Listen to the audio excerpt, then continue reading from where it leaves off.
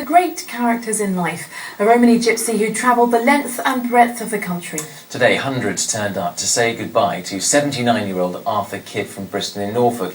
He died earlier this month, and as Malcolm Robertson reports, he was given a spectacular send-off. There's really only one place Arthur Kidd could begin his final journey: the scrapyard where he spent so much of his life.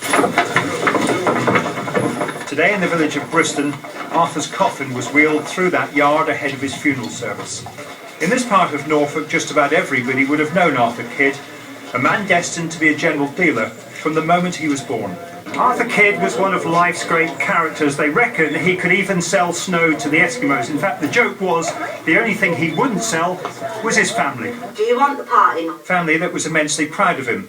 His son and two daughters raised a glass to their dad before a last goodbye, remembering how he and his brother Douglas were always at gypsy fairs. And I'd go up and down the country buying and selling horses, wagons, old lorries, old carts. He just lived for it. He knew all the proper travelling men, which is most of them are gone, proper old travelling men. Any travelling man at all in the country would have dealt with Arthur Kidd if he was a dealer now.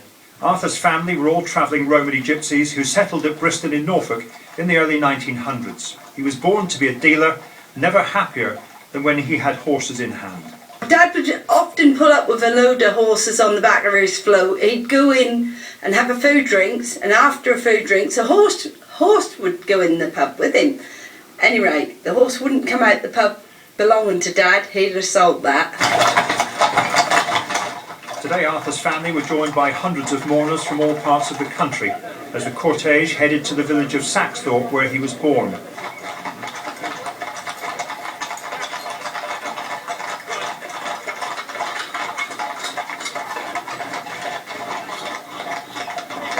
He would have loved this cavalcade.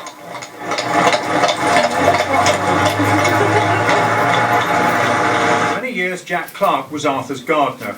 He has many fond memories. Brilliant man. On one occasion I cut a hedge and there was a dispute over the price, and eventually he paid me, and we went outside, looked at the hedge, and he said, "That is brilliant."